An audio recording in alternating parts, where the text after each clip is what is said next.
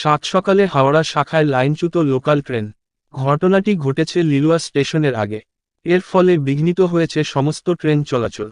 সপ্তাহের দ্বিতীয় দিনে এমন ঘটনা ঘটায় খুব স্বাভাবিকভাবেই ভোগান্তির মধ্যে পড়তে হয়েছে নিত্যযাত্রীদের। তবে ঘটনার সময় ট্রেনটি ফাঁকা ছিল। খবর পেয়ে ঘটনাস্থলে পৌঁছান রেলের আধিকারিকরা।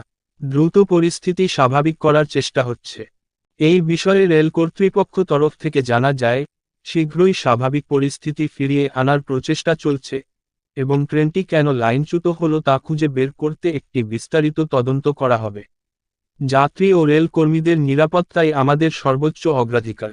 পরিস্থিতি মোকাবেলায় প্রয়োজনীয় সমস্ত ধরনের ব্যবস্থা নেওয়া হচ্ছে।